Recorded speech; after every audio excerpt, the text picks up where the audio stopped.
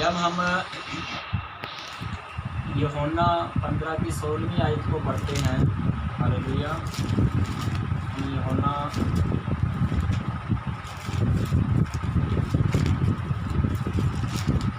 15 की 16 को जब हम 15 की 16वीं आयत को पढ़ते हैं, तुमने मुझे नहीं चुना परंतु मैंने तुम्हें चुना है और तुम्हें नियुक्त किया है कि तुम जाकर फल लाओ और तुम्हारा फल बना रहे, कि तुम मेरे नाम से जो कुछ पिता से मांगो वो तुम्हें दे। हालेलुया। हालेलुया। अब यहाँ पे देखो परमेश्वर का वचन क्या बोल रहा है कि तुमने मुझे नहीं बल्कि मैंने तुम्हें चुना है, हालेलुया, और ठहराया और नियुक्त किया, हालेलुया, ताकि जिस जगह में मैंने तुम्हें ठहराया, हालेलुया, ताकि तुम परमेश्वर का वचन जो है वहाँ पे सुनाओ, हालेलुया, ताकि जितने परमेश्वर के चुने हुए लोग हैं, हालेलुया, जैसे कि हमने प्रभु यीशु के बारे में हम सब ने चुना, हम भी एक अनजाति में आते थे, हालेलुया, जब हम उन बातों को नहीं जानते थे जिन्हें जानना हमारे लिए बहुत ज़रूरी था, हालेलुया, लेकिन जब हम जान गए हैं तो इसलिए प्रभु ने बोला है कि मैंने तुम्हें जहाँ पे ठहराया वहाँ पे तुम फल लेकर आओ, हालेलुया। वो फल हमने कैसे लेकर आना है, हालेलुया, अपने व्यवहार से, हालेलुया, और परमेश्वर का वचन जो है एक दूसरे के साथ उत्साह करते हुए, हालेलुया। तो इसलिए वो परमेश्वर की आशीष, वो बरकत, वो परमेश्वर का जो फल है, जो आत्मिक फल है, वो अपने जीवनों और दूसरे के जीवन में हम लेके आने वाले बन सके, हालेलुया। इसी प्रकार से परमेश्वर यहाँ पे हम सबसे बात कर रहे हैं कि तुमने मुझे नहीं बल्कि मैंने तुम्हें चुना है और ठहराया और नियुक्त किया है, हालेलुया। इस प्रकार से हमने परमेश्वर की आज्ञा को वो पूरा करना है हमने, हालेलुया। तो जब हम रोमियो का पढ़ेंगे, रोमियो 8 का 6वीं आयत को पढ़ेंगे, जब हम 8 की 6, रोमियो 8 की 6,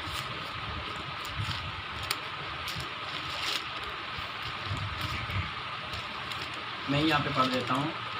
शरीर पर मन लगाना तो मृत्यु है, परंतु आत्मा पर मन लगाना जीवन और शांति है, हालेलुया। अब यहाँ पे परमेश्वर क्या बोल रहा है कि अपने वचन के द्वारा कि शरीर पर जब हम मन लगाते हैं, हालेलुया, तो हमने शरीर पे शारीरिक बुद्धि से और शरीर के अपने अनुसार नहीं चलना, बल्कि परमेश्वर के पवित्र आत्मा की अगुवाई के अनुसार और परमेश्वर के वचन के डर भय के साथ चलना है, हालेलुया, ताकि हम परमेश्वर के डर भय की हजूरी में हम रह के चल सकें, हालेलुया, ताकि हम अपने आप को भी चंगा पा सकें और दूसरों की परमेश्वर का वचन सुना के उसको भी हम चंगाई उसके शरीर में हम, जैसे कि परमेश्वर ने एक इंसान को बनाया, हालेलुया, तो वही दुख देने वाला और सुख देने वाला वही है, हालेलुया। जैसे कि हम अय्यूब की ज़िंदगी में पढ़ते हैं तो अय्यूब ने क्या बोला परमेश्वर को जब उसकी परीक्षा हो रही थी, हालेलुया, क्योंकि वो परीक्षा कैसे आई, खुद परमेश्वर ने अय्यूब मतलब शैतान से अय्यूब के लिए परीक्षा करवाई, हालेलुया, ये कहकर है कि मेरा एक अय्यूब एक ऐसा भक्त है, हालेलुया,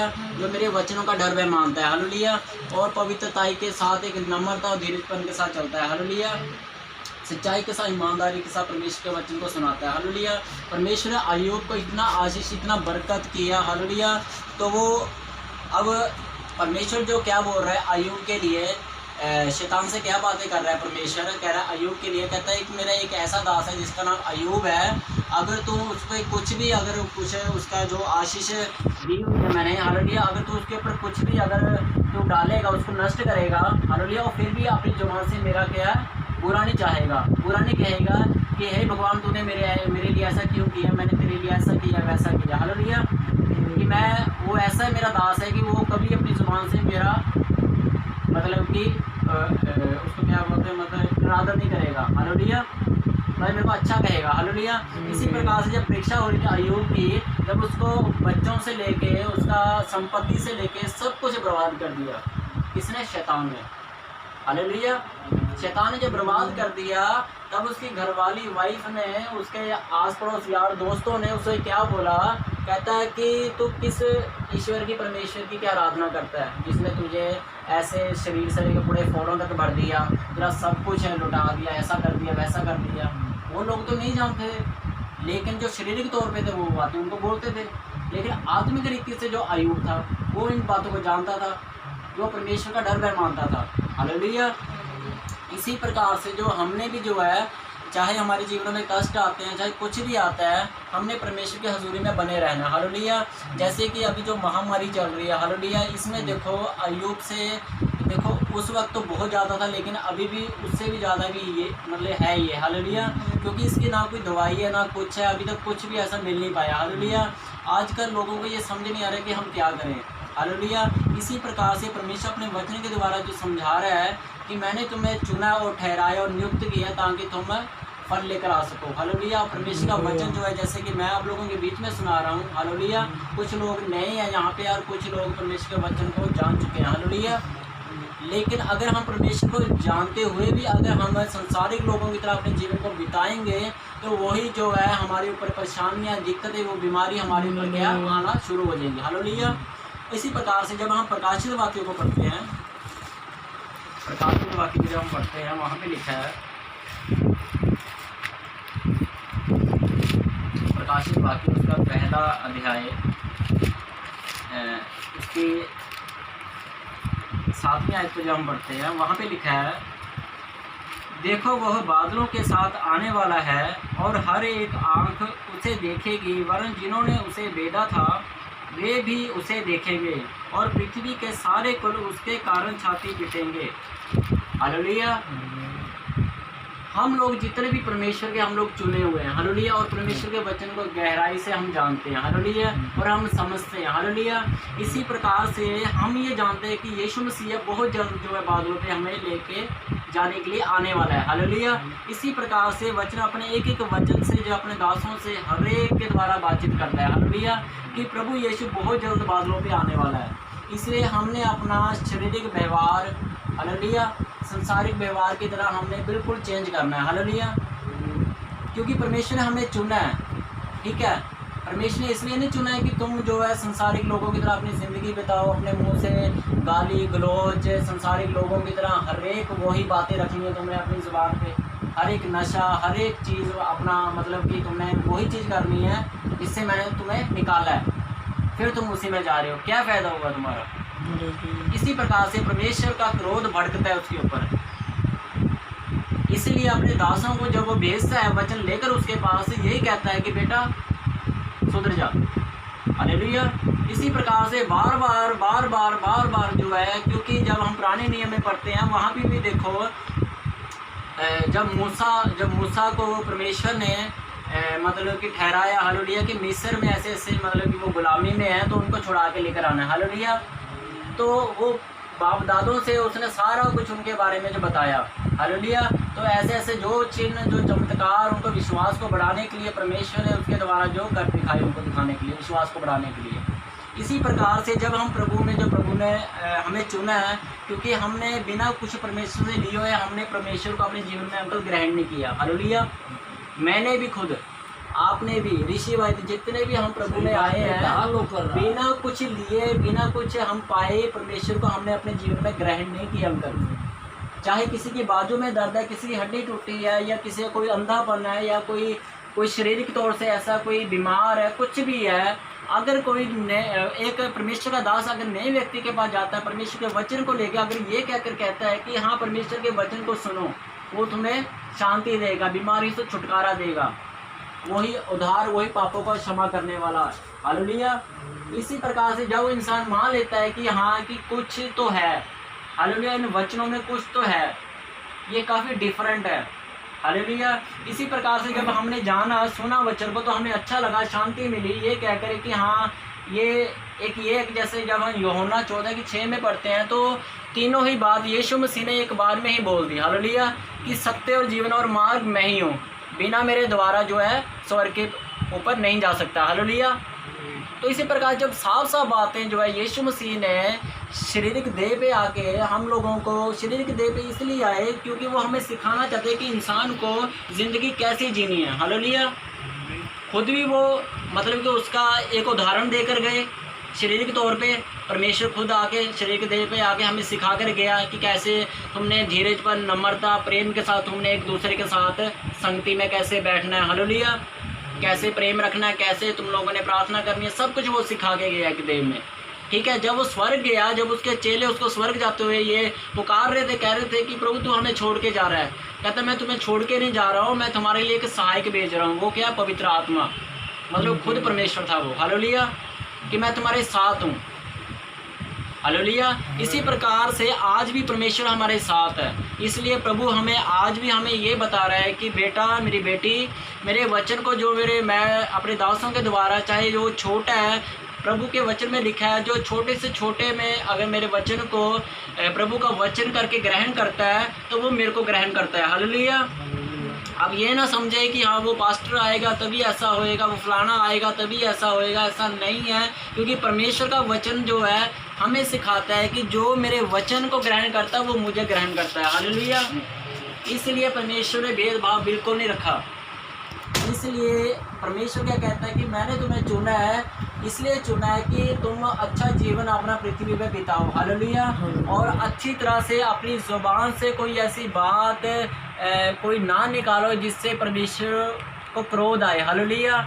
और हमारा जो जीवन है वो संसारी की तरह हमारा हो जाए। ऐसा ना हो कि जब यीशु मसीह हमें बादलों पे लेने के लिए आए और हम रह जाएं, और जैसे कि परमेश्वर हमें चुना है, लेकिन चुने हुए भी अगर हम अपनी ज़िंदगी को परमेश्वर के वचन के डर के साथ नहीं बताएंगे और फिर भी हम संसारों की तरह अपने जीवन को बताएंगे तो वो समय ना आ जाए। प्रभु यीशु कहता है, परमेश्वर कहता है कि तुम भी उन जातियों की तरह अपने हाथों को लेकर छातियों को पीटो। हालेलुया। इसी प्रकार से परमेश्वर हमें ये आत्मा में सिखाता है कि हे मेरी बेटी, हे मेरे बेटे, जो मेरे दास आते हैं, जो कोई भी आता है जो मेरे वचन को लेकर आता है, वो एक दूसरे को उत्साह करने के लिए और सिखाने के लिए और तुम्हें जो है प्रभु में आगे बढ़ाने के लिए। हालेलुया। ताकि वो समय, अब हम देख रहे हैं कि वो समय बहुत नज़दीकी में है। हालेलुया।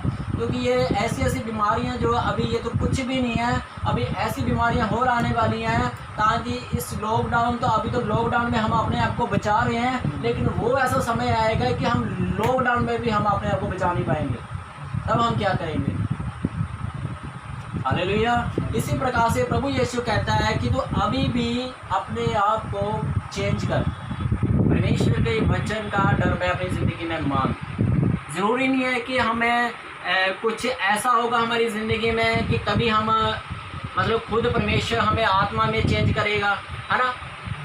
आत्मिक तरीके से तुम्हें ज़रूर चेंज करेगा, लेकिन शारीरिक भाव से तुम्हें अपने आप को चेंज करना है, मन फिराना है। हालेलुया। जब यूहन्ना जब आया था परमेश्वर के वचन को लेकर उसके मार्ग को सीधा करने के लिए, तब यूहन्ना ने यही प्रचार किया कि मन फिराओ क्योंकि स्वर्ग का राज्य क्या है, निकट आ गया। हालेलुया।